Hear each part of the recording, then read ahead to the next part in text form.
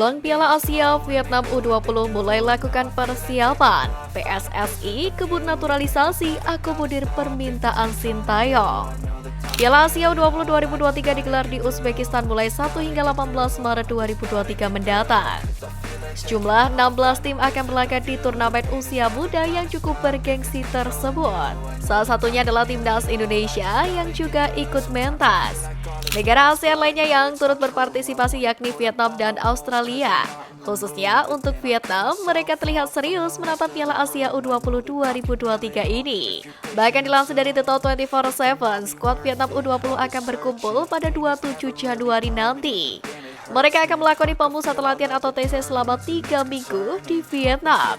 Kemudian mereka akan melanjutkan agenda TC ke Arab Saudi. Di sana Vietnam U20 akan melakoni sejumlah pertandingan uji coba termasuk melawan Arab Saudi U20. Lalu bagaimana dengan timnas Indonesia? Apakah sudah mempersiapkan agenda TC dalam waktu dekat ini?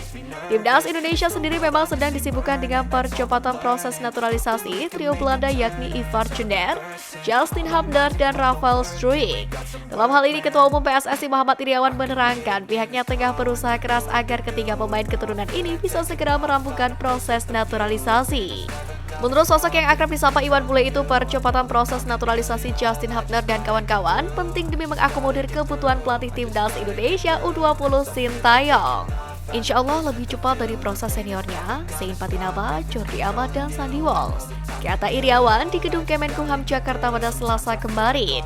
Iwan Bule menjelaskan PSSI menargetkan agar proses naturalisasi 3 pemain keturunan itu bisa rampung pada Februari nanti.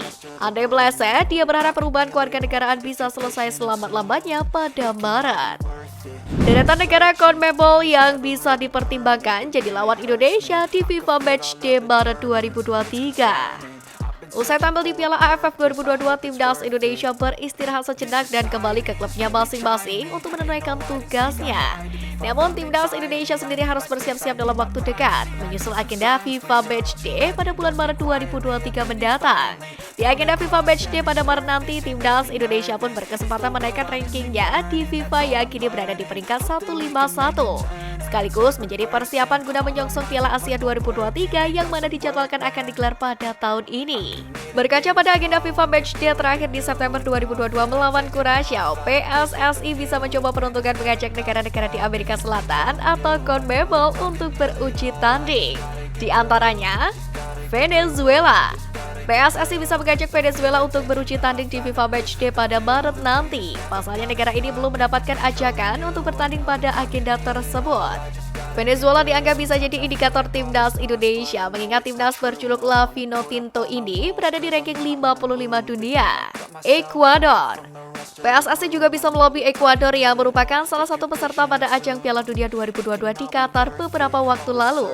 Meski gagal lolos dari fase grup, Ekuador yang kini menempati ranking 41 dunia bisa menjadi lawan yang cocok bagi timnas Indonesia untuk meningkatkan kualitas tim jelang Piala Asia 2023.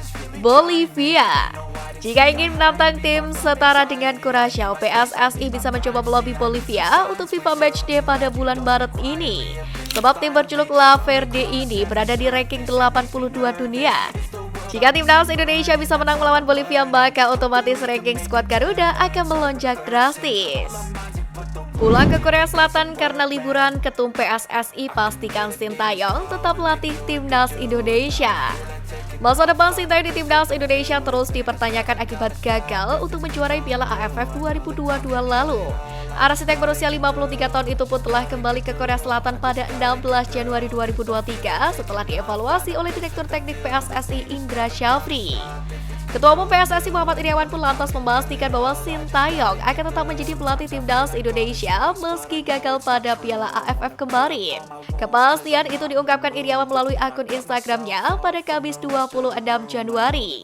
Pria yang akrab disapa Iwan Bule itu pun mengatakan bahwa PSSI masih memberi kepercayaan kepada Sintayong. Iryawan pun mengatakan bahwa PSSI memberikan libur sejenak untuk Sintayong sebelum menghadapi berbagai kejuaraan berat hingga uji coba bersama dengan timnas Indonesia pada sepanjang tahun ini. Sementara itu, Iryawan mengatakan kinerja Sintayong bersama timnas Indonesia hingga saat ini memuaskan, meski memang belum memberikan gelar juara. Iwan Bule pun menyoroti regenerasi di skuad Merah Putih yang kini memiliki rataan usia muda, yakni di kisaran 23 tahun dan hanya menyisakan 20% untuk pemain lebih senior. Menurut Iriawan, keputusan Coach Sintayong ambil bagian hampir di semua kategori usia menjadi kunci regenerasi berjalan sehingga muaranya timnas Indonesia bisa naik peringkat ke 151 FIFA dan juga lolos ke putaran final Piala Asia 2023 setelah sekian lama.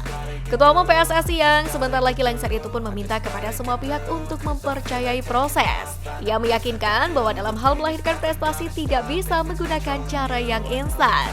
Namun dengan progres yang ada, menurut Iriawan telah menjadi bukti bahwa Coach Sintayong sukses menjawab tantangan yang diemban.